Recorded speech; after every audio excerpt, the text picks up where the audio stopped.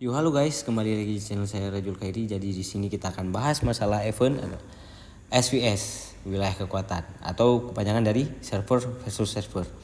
Nah, jadi SVS ini adalah suatu event yang tujuan utamanya adalah melawan server lain, guys. Nah, seperti kayak gini, guys. Nah, jadi SVS ini ada 4 fase yang bisa kita kategorikan. Yang kalau kita lihat di aturan adalah fase pencocokan, fase persiapan, fase pertempuran, dan fase triase lapangan. Nah, untuk fasenya yang paling penting itu adalah fase persiapan dan fase pertempuran. Nah, jadi lebih baik kita bahas semua biar semuanya pada paham. Nah, jadi di sini sesuai aturan minimal level 16 tungkunya, dan habis itu kita adalah gimana caranya kita harus menang di poin. Nah, jadi kita masuk ke fase pencocokan. Jadi fase pencocokan ini intinya adalah kalian dari server kalian dihitung poin dari kekuatan servernya, misal kayak dari well-nya, dari segala macam, dari gear teman-teman well kita, dan termasuk semua server nanti diadu dengan server lain. Nah, setelah match pencocokan selesai, masuklah kita ke fase persiapan. Nah, fase persiapan ini hampir sama kayak HOC atau bisa dibilang Aula Gubernur atau King of Icefield ya guys ya. Nah, bisa dilihat di sini target surface. Nah, terus kita lihat di sini ada konstruksi pemukiman dari penggunaan kristal api segala macam. Ini bisa dilihat jimat juga ya. Terus ya hari kedua ini bisa kita lihat udah mulai ada lucky wheel, menggunakan fragmen segala macam. Nah, dan ada pengumpulan di sini. Nah, sumber poinnya ya. Jadi yang ketiga adalah pembunuhan binatang buas. Jadi ada beberapa juga di sini. Nanti biar lengkapnya ada di info. Nah, ada di pengembangan pahlawan nih. Pengembangan pahlawan ini lebih cocoknya kita ganti pengembangan training troops teman-teman ya. Bisa dilihat nih. Dan terus hari yang terakhir adalah peningkatan kekuatan dari mithril, pet, batu esensi. Nah, aksesoris perlengkapan eksklusif. Nah, ini sebenarnya lebih cocoknya kita bilang peningkatan pahlawan. Nah, jadi ini bisa kita lihat nih di poinnya. Nah, bagi yang mau screenshot silakan. Ini fase persiapannya. Nah, masuk kita ke fase pertempuran guys. Nah, kalau fase pertempuran ini ya sama kayak killing event teman-teman ya. Nah, kayak killing event. Nah, jadi kita udah masuk ke fase pertempuran. Kita tuh bisa lihat di sini kita tuh apa tuh namanya, wilayah yang poin lebih tinggi kita tuh berhak nyerang Sunfire Castle lawan. Nah, contoh misalnya ini kan di sini saya menang nih di fase persiapan. Nah, menang kan poinnya. Nah, jadi kita tuh berhak nyerang Sunfire Castle lawan. Jadi kita langsung ke sini guys. Contoh. Nah, kita nanti bakal teleport di sini kan nyerang Sunfire Castle lawan. Nah, pihak bertahan cuman bisa nahan. Nah, sedangkan kita ada apa namanya? Ada kemungkinan untuk jadi presiden tempat orang ini. Jadi untuk pihak bertahan kalau kalah mereka nggak ada presiden.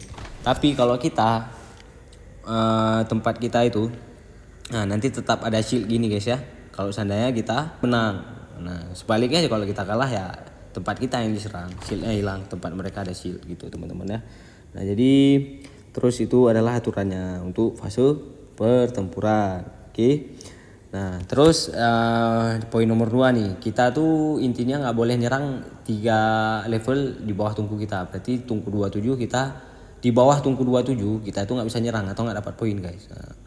Nah, kalau kita lihat di sini, lihat tingkat tungku dari kedua belah pihak tidak lebih dari 3. Nah, jadi kalau seandainya Castle 3 nyerang saya itu kemungkinan nggak bisa guys ya, karena udah beda di bawah 3 level gitu teman-teman ya.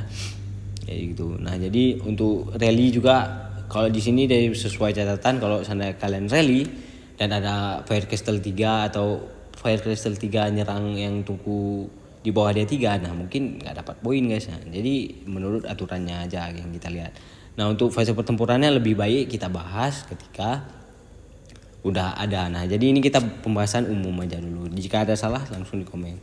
Nah, jika penyerang menang nih seperti saya jelaskan tadi, tidak usah terlalu panjang jelaskan. Nah, masuk ke tahap 4 atau fase triase lapangan. Nah, jadi ketika kalian udah nyerang apa tuh namanya sebelum Sunfire Castle kalau nggak salah 3 atau 5 jam, kita tuh bisa nyerang pemukiman dulu guys, baru mulai Sunfire Castle. Nah, nanti pasukan kalian yang mati atau yang masuk ke report kerugian, nanti bisa kalian bagikan 90% dari total troops kalian. Nah, jadi dengan bantuan teman-teman kalian nanti kalian bisa balikin 90%. Nah, baik itu dengan beli pakai game atau dibantu dengan teman-teman gubernur lain atau player lain, teman-teman ya. Nah, itu bisa dilihat di situ mentoknya sampai 50 kali ya. Oke. Nah, jadi di sini jumlah pasukan yang dibangkitkan berdasarkan kekalahan yang dinyatakan dalam laporan pertempuran pada fase pertempuran, tidak termasuk pasukan di kantor pendaftaran. Nah, jadi itu bakal kita bahas baiknya ketika fase pertempuran. Nah, jadi saya akan sedikit bagi tips and trick ini. Nah, jadi sebelum Sunfire Castle itu, jadi kalian bijak lah. Jadi kalian jangan sampai kalian tuh nggak bisa bantu Sunfire Castle. Nah, dan habis itu waktu fase pencocokan nih ada beberapa yang bilang bahwasanya lebih baik itu dicopot gear ini guys. Nah, gear ini. Nah, seandainya kalau kita copot, nah untuk satu hero aja kalian udah ngurangin 200.000 guys. Coba kalian bayangin kalau kalian copot 5 hero utama kalian. Nah, jadi kalian seperti yang dilakukan kalau nggak salah saya kemarin 1483 itu buat pengumuman kayak gini bahwasanya seluruh server tuh disuruh copot gear hero-nya agar jumpanya yang lemah. Nah, akhirnya apa? Terbukti kan mereka itu jumpanya server yang lebih mudah. Nah, otomatis seharusnya lebih lemah. Ternyata emang kandang singa ya server 1501 ini. Dari awal saya main saya udah ngeluh emang terlalu banyak well di 1501. Nah, jadi lebih baik kalian daripada copot aja gitu ya. Nah, ini karena terbukti guys, terbukti. Kalau dari omongan-omongan kayak Abang Fatur Alciwon segala macam, nah mereka juga ada kasih saran kayak gitu yang dari konten-konten mereka. Nah, jadi saya sampaikan kepada subscriber saya teman-teman ya atau viewer saya. Nah, jadi kalian tuh juga sebaiknya kalian nyerang pada saat jam reset guys, atau emang udah bisa serang. Nah, itu kalian lebih baik serang aja terus. Nah, jadi kan sebelum well kalian yang nyerang. Nah, kalau misalnya well kalian udah nyerang, ya kalian mau dapat poin di mana? Nah, gitu. Oke, terus jangan lupa aktifin pet buff yang ada. Nah, setiap server kan beda-beda. Kalau emang server baru, kita tuh cuman ada pet yang kayak gini guys. Nah, ini belum saya up dulu. Sengaja tadi saya buka dulu biar dapat dua-dua nih. Nah, cuman pet buff ini yang day 75 sampai 80 lah atau 90. Nah, kalian cuma ada pet Razor Big ini kan. Bukan maksudnya efek Razor Big ini coba kita lihat nih. Nah, dari hewan Titan Rock. Nah, jadi kalian tuh ada Razor Big ini. Nah, jadi kalian bisa enggak 5% guys kalau maksimal. Paling kita level 5 lah, enggak usah anggap yang di bawah karena itu terlalu mahal. Mending kalian untuk SSR nanti hero petnya. Jadi di sini kita bisa hancurin HP musuh sebesar 3,5%. Nah, ini aktifin aja guys nanti waktu perang. Nah, aktifnya itu selama 2 jam teman-teman dah. Nah, jadi mungkin itu aja sih untuk fase persiapan yang perlu saya bahas. Nanti untuk fase pertempurannya ditunggu aja kontennya. Mau menang atau kalah nanti kita akan bahas terus. Mungkin jika ada kekurangan pembahasan saya berbelit-belit, silakan di komen. Mari kita bahas bersama teman-teman. Nah, bagi yang mau join grup saya silakan nih. Karena saya juga banyak bahas-bahas hal-hal menarik, contoh kayak Crazy Joe segala macam, dari penyerangan, dari ikhtisar bonus teknologi, dan kami juga membahas masalah Fire Crystal guys ya. Nanti ditunggu aja konten Fire Crystalnya.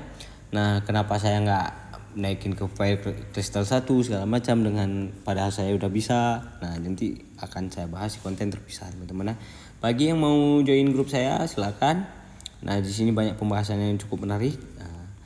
Jadi silakan baik di Instagram, di DM boleh, di WA juga nanti minta kirim WA pun boleh. Tapi di DM aja dulu guys ya, nggak mungkin saya nge-share data privasi saya di YouTube. Oke. Nah, jangan lupa teman-teman yang bagi mau top up via login, nah seperti ini. Nah, silakan kontak saya teman-teman ya. Nah, walaupun prosesnya agak lambat tapi harganya cukup terjangkau dan murah teman-teman dan dijamin aman.